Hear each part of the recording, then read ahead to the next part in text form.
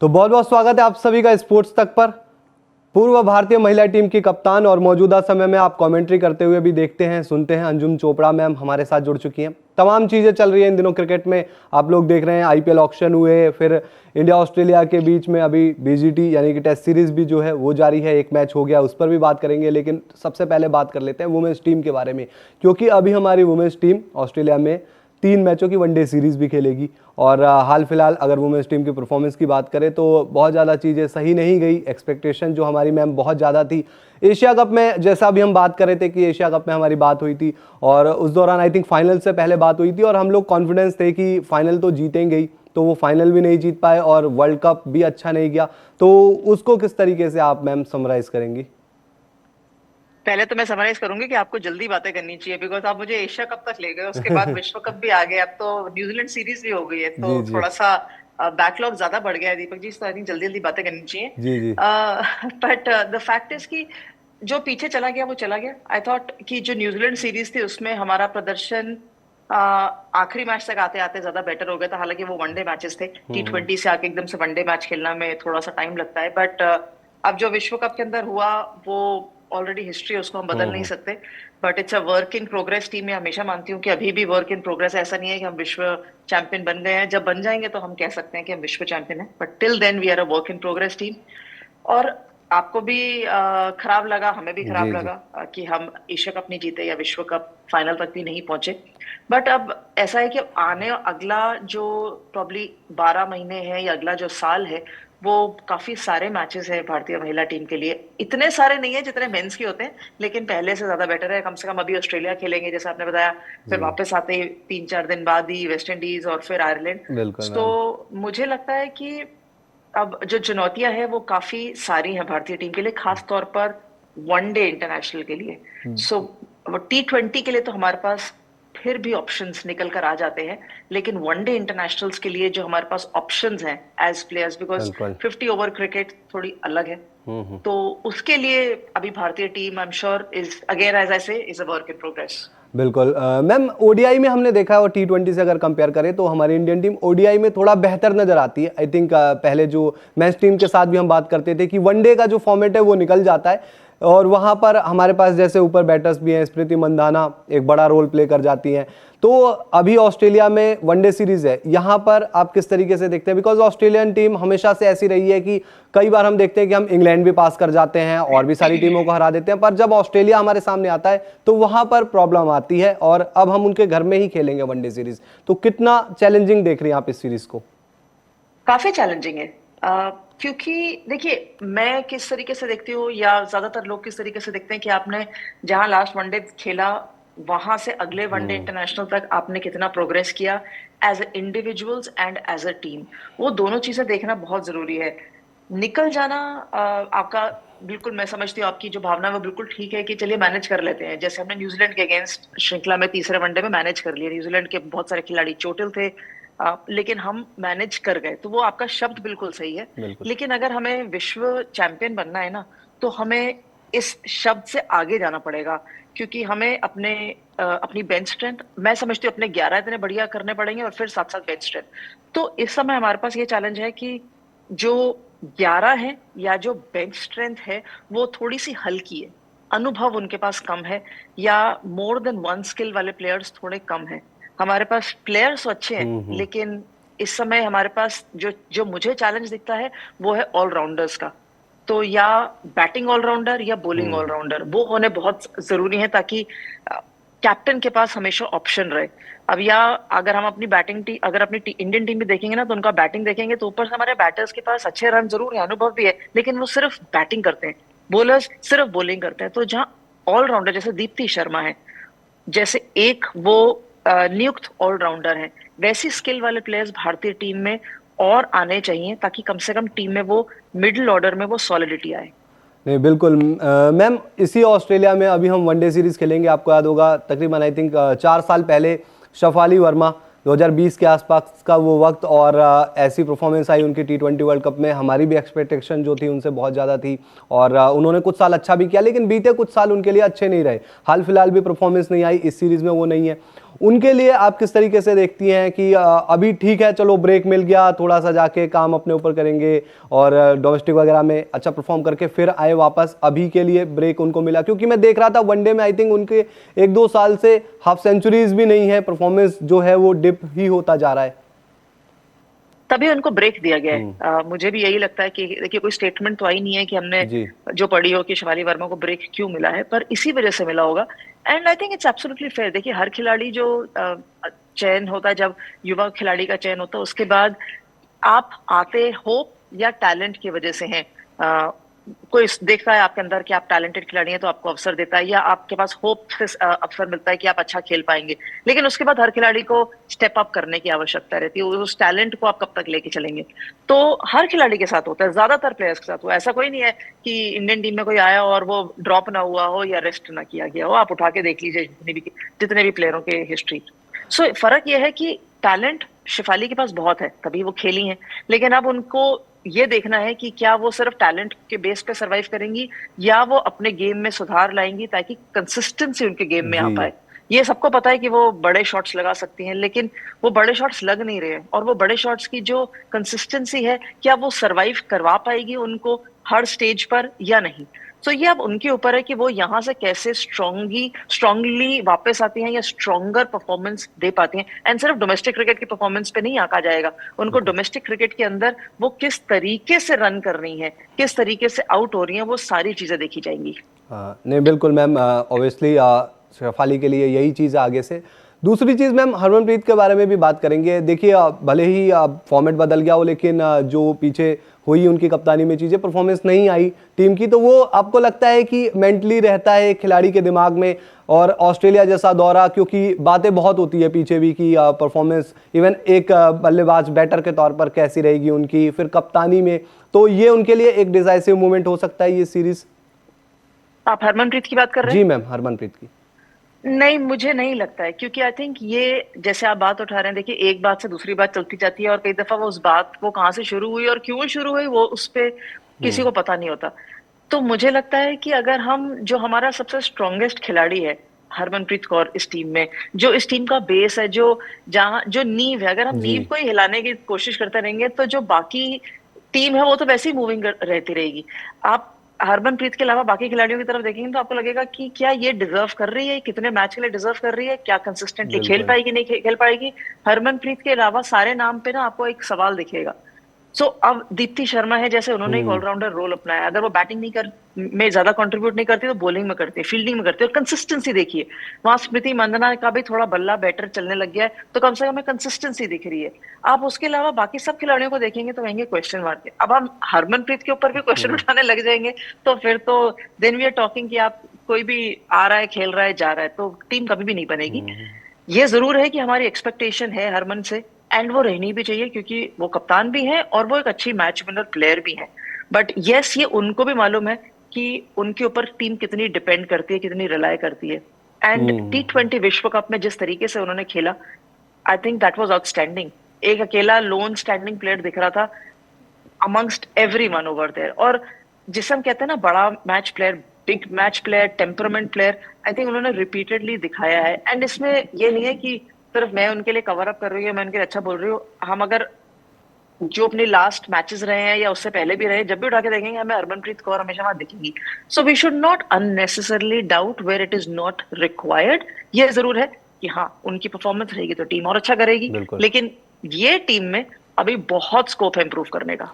नहीं, सही बात है मैम। आप कंटिन्यूस दीप्ति शर्मा के बारे में भी बात कर रहे हैं और ऑब्वियसली देखिए डाउट तो कोई नहीं है, वो जबरदस्त ऑलराउंडर हैं और बॉलिंग वाइज तो मैम उन्होंने बहुत दफ़ा बेहतर भी किया है। एक पर्सनल मेरे को लगता है उनको देख के, इवन कभी कभी ऐसा आपको लगता है कि उनको थोड़ा सा बैटिंग ऑर्डर में ऊपर कर देना चाहिए? क्योंकि हमने T20 में, मैं खासतौर पर ही बात कर रहा हूँ, वनडे में अच्छा है, T20 में वो फिनिशिंग एबिलिटी, थोड़ा सा वो पावर स्ट्राइकर वाली पोजीशन पे उनको सूट नहीं करता हो, हम वहां पर दूसरे खिलाड़ी डेवलप करें और थोड़ा सा दीप्ति शर्मा को ऊपर बैटिंग करने के लिए भेज दे जाए, क्योंकि उनको कुछ गेंदें चाहिए होती है सेटल करने के लिए।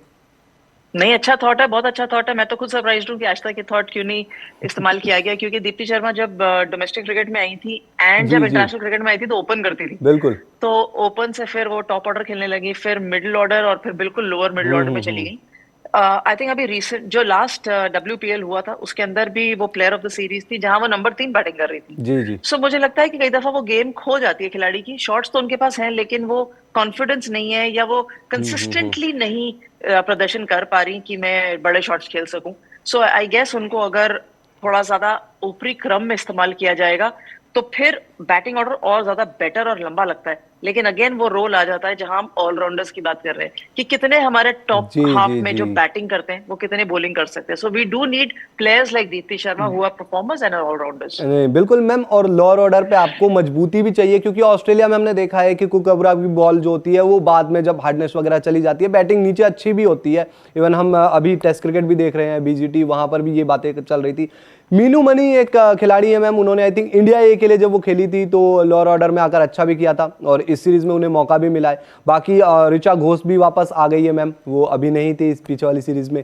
तो इनके होने से एक तो आप मीनू मनी को किस तरीके से आप देखती है प्लेइंग 11 में, दूसरा इन लोगों के आने से, ऋचा घोष के आने से आपको वो लोअर ऑर्डर मजबूत नजर आ रहा है या बेहतर नजर आ रहा है? देखिए टीम में तो 16 लोग जाएंगे तो जी जी। स्क्वाड तो अच्छा है ही। लेकिन सारे तो नहीं खेल सकते। तो मुझे Meenu money is a very good player क्योंकि जो पिछले 2-3 साल से देखिए वो केरला से जब हाँ। खेलती थी डोमेस्टिक क्रिकेट मैंने तब भी देखा है। वहां से लेके आज तक उन्होंने डेफिनेटली इंप्रूव किया है। लेकिन अगेन जहां हम हम्म। सॉलिड एक लोअर मिडिल ऑर्डर देखते हैं वो फील्डर बहुत अच्छी हैं, गेंदबाजी जी भी कर जी। लेती हैं। लेकिन ऑफकोर्स बैटिंग में थोड़ा सा एक और स्किल है जो वो जितना खेलती जाएंगी उतना स्ट्रोंगर होती जाएंगी और कंपेटिटिव होती जाएंगी। सो अभी थोड़ा वो गई जरूर है बिकॉज उन्होंने अच्छा प्रदर्शन किया है। लेकिन मैं नहीं देखती उनको कि मिडिल ऑर्डर में वो इस अभी। समय यहाँ पर फिट होती हुई हो सकती हैं कंडीशंस के हिसाब से या उन्होंने कितना अच्छा इंप्रूव किया है। लेकिन हमें मीनू मनी टाइप प्लेयर्स चाहिए जरूर जो दोनों स्किल कर बिल्कुल। सकते हैं या 3 स्किल कर सकते हैं। और मुझे लगता है कि उमा छेत्री को मौका मिलना चाहिए यहाँ हम्म। पर क्योंकि उन्होंने ऑस्ट्रेलिया का दौरा हाल ही में किया था अगस्त में जब इंडिया ए टीम गई थी। उसके बाद जो अभी चैलेंजर हुआ वहां पे वो सेकंड हाईएस्ट रन गेटर रही है। उन्होंने शतक लगाया T20 में। तो ये हालांकि टीम पिक हुई है T20 चैलेंजर जी को जी जी। देखते हुए, वनडे चैलेंजर को हाँ देखते हाँ हुए पिक हाँ। नहीं हुई। बट देन जैसे हरलीन ने अच्छा परफॉर्म किया है वैसे उमा छेत्री ने भी किया। तो मुझे लगता है उमा छेत्री को की तरफ देखना चाहिए भारतीय टीम को क्योंकि वो एक प्लेयर है जो she is trying to make a strong impression. Keeping उनकी बहुत अच्छी हाँ है। बिल्कुल मैम। कीपिंग बहुत अच्छी है, बैटिंग में वो रन कर रही हैं। तो मुझे लगता है जो प्लेयर फॉर्म में होता है ना उनको मौका दे देना चाहिए, चाहे वो टॉप ऑर्डर में मिले या मिडिल ऑर्डर में मिले। लेकिन उनको मौका देना चाहिए, मुझे ऐसा लगता है ऑस्ट्रेलिया में। नहीं नहीं बिल्कुल सही बात है मैम, और इवन हरलीन की आपने बात की, उमा की बात की, उनको मौका मिलना चाहिए। यास्तिक आई थिंक इस सीरीज में नहीं है, वो इंजर्ड हो गई थी तो इस वजह से बाहर हो गई जी थी। लेकिन मैम बिग बैश लीग भी अभी चल रहा था और हमने देखा वुमेन्स बिग बैश लीग में इवन स्मृति मंदाना ने तो बहुत ज़्यादा ऑस्ट्रेलिया में खेला है क्रिकेट, और उनकी परफॉर्मेंस भी अभी बड़ी अच्छी, 2-3 उनकी नॉक्स आई। इवन अगर हम बात करें जेमिमा, आई थिंक फाइनल उनका अच्छा नहीं गया, अदरवाइज वो पूरे ही टूर्नामेंट में अच्छा करके गई। तो ये भी एक अच्छी चीज़ है इंडियन टीम के लिए कि हमारे जो 2 प्लेयर हैं पहले से ऑस्ट्रेलिया में खेल रहे हैं, उन विकेट्स पर परफॉर्म कर रहे हैं, फॉर्म लगी हुई है साथ में, तो उसको किस तरीके से आप देखते हैं? 6 प्लेयर खेल रहे थे वहां पे जी तो जी। बहुत अच्छी चीज है कि हाँ 6 प्लेयर कम से कम उनके पास अनुभव है। भले ही शिखा पांडे टीम में नहीं है कोई बात नहीं, लेकिन बिल्कुल। अच्छी चीज ये है कि अनुभव तो है। देखिए जितना ज्यादा खेलेंगे उतना ज्यादा यूज टू होते जाएंगे। कंडीशंस कोई भी हो आपको अडेप्ट करना पड़ता है। ये सब कुछ एक बहुत अच्छा एक्सपीरियंस या एक्सपोजर के तौर पर प्लेयरों को मिला है। तो अच्छी चीज है। अब इसको कैसे यूज करते हैं, चाहे जेमी कैसे यूज करती है, स्मृति कैसे यूज करती है, रिचा कैसे यूज करती है, तो वो of course what the players make of it जब वो इंडियन टीम के लिए खेले वो उनके ऊपर है। लेकिन अनुभव जो है आई थिंक कमी कहीं भी नहीं है मैचेस खेलने के लिए और अनुभव लेने के लिए। अब बिल्कुल। भारतीय टीम के लिए ये कैसे निकल कर आता है वो वक्त बताएगा। नहीं नहीं सही बात है मैम, और अब थोड़ी सी हम बॉलिंग की भी बात कर लेते हैं। तो जैसे मैम रेणुका ने बड़ा अच्छा बॉल किया है और पिछले कुछ सालों से वो बड़ा अच्छा रही है इंडियन टीम के साथ। टीदा साधु आई थिंक T20 में खेली थी ऑस्ट्रेलिया के खिलाफ और अच्छा परफॉर्मेंस भी आया था, वो 4 विकेट निकाले थे। वनडे में थोड़ा सा आप देखते हैं इनके लिए चैलेंजिंग, क्योंकि वो 4 ओवर और फिर 10 ओवर में एक आना, और बीच में इंजरी से भी ये थोड़ा सा रही थी, आई थिंक NCA में भी थी। तो इनके लिए किस तरीके से चैलेंजिंग रहेगा सिचुएशन?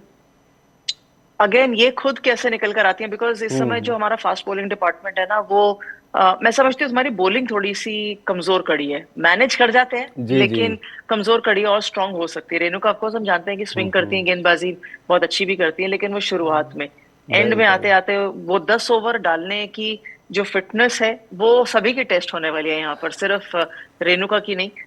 टिटास की भी टेस्ट होगी, बिल्कुल मैम। अरुंधति की भी टेस्ट होगी, और अगर अवसर मिलेगा तो मैं समझती हूँ कि 3 फास्ट बॉलर तो वैसे ही खिलाने चाहिए इस नहीं, लाइनअप के सही अंदर। बात है। सो आई गेस अब यूज टू होने की बातें, बिकॉज यहाँ से अब ज्यादातर वनडे मैचेस खेले जाएंगे। T20s हैं जरूर, लेकिन ज्यादातर वनडे मैचेस खेले जाएंगे। बिल्कुल मैम। और लास्ट वुमेन्स टीम पे एक क्वेश्चन, उसके साथ ही मैम आपकी प्रोडिक्शन भी लेंगे। एलिसा हिली नहीं है इस सीरीज में, और आई थिंक मैं पढ़ रहा था कि वो न्यूजीलैंड के खिलाफ जो उनकी बात की सीरीज है उसमें आ जाएंगी, तो इस बीच नहीं है रेगुलर कैप्टन। तो आपको लग रही है ऑस्ट्रेलिया कमजोर, भले ही अपने घर में है, ऑस्ट्रेलिया हमेशा से तगड़ी है, लेकिन एलिसा हिली के नहीं होने से थोड़ी कमजोर? और प्रोडिक्शन क्या रहेगी आपकी इस सीरीज पर?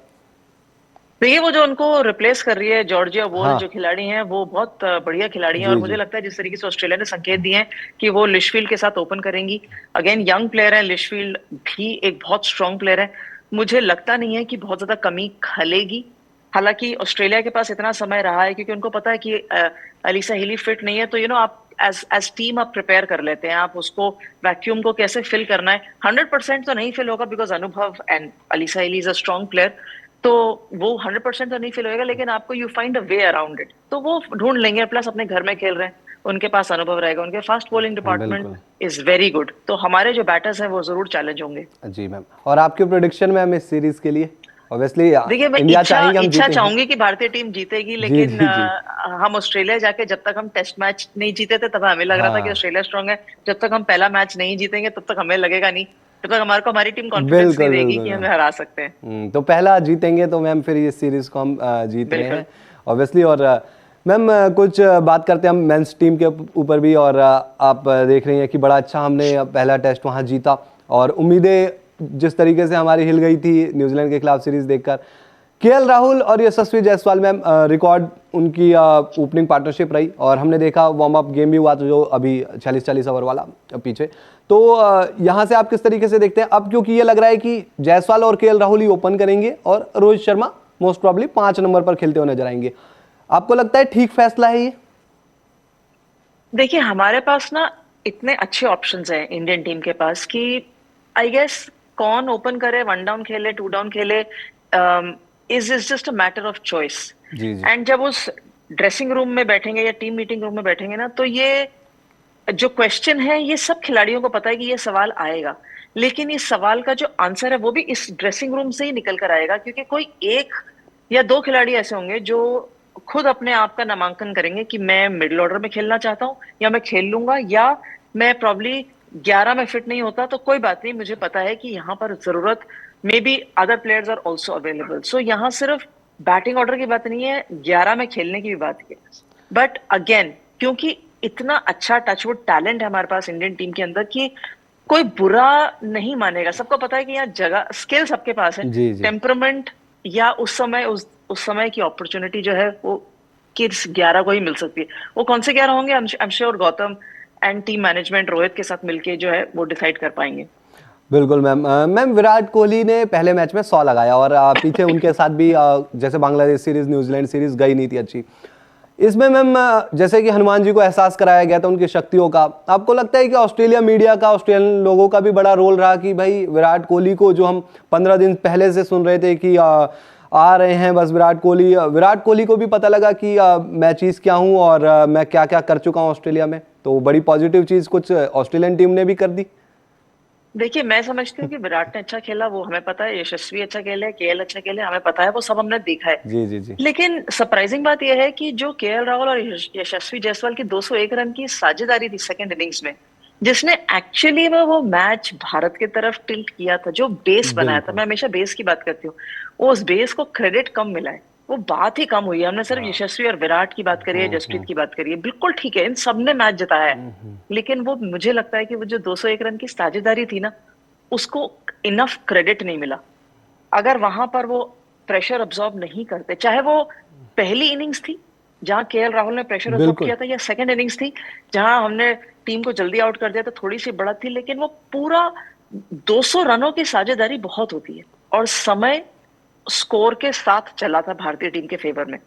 सो उसको आप नकारा नहीं कर सकते। एंड प्रॉब्ली एक बहुत बड़ा कारण रहेगा ये सोचते हुए कि रोहित वन डाउन जाएंगे, ओपन जाएंगे, जी या मिडिल ऑर्डर खेलेंगे। नॉट बिकॉज रोहित अच्छा नहीं खेल सकते, बिकॉज यशस्वी और केएल ने दोनों ने मेहनत करी है यहां तक टीम को लेकर आने के लिए। So it's not a bad situation, it's a very healthy situation. But वो केएल एंड यशस्वी की पार्टनरशिप मुझे लगता है कि वो सही बहुत रही। बड़ा अहम रोल अदा करके गई है। नहीं मैम, बिल्कुल अच्छे बेस की बात की और सही बात है मैम, बुनियाद जरूरी है, लेकिन जो जसप्रीत बुमराह मैम वो उम्मीद दे गए, वो बुनियाद उन्होंने वो 3 विकेट के साथ लगाई। ऐसी क्या खासियत है मैम जसप्रीत बुमराह की, मतलब बड़े से बड़े बल्लेबाज कहते हैं कि किसी को खिला लो हमारे सामने, बस जसप्रीत बुमराह ना आए बॉलिंग करने के लिए। अवसर ही नहीं देते ना, वो खराब गेंदें डालते नहीं है। जी जी जब जी। खराब गेंदें नहीं डालेंगे तो फिर हमेशा बैटर को ये लगेगा कि ये तो बहुत मुश्किल है। देखिए, जब भी हम सक्सेसफुल बॉलर्स की बात करते हैं ना अटैकिंग, तो पहले वसीम अकरम साहब की बात किया जी करते जी। थे, या वकार यूनिस, या इवन ग्लेन मैग्रा की बात करते हैं। कंसिस्टेंसी उनकी इतनी अच्छी रहती थी अच्छी गेंदें डालने की, कि वो कभी खराब गेंद डालते थे तो कहते अरे ये भी है, ये भी कर सकते हैं।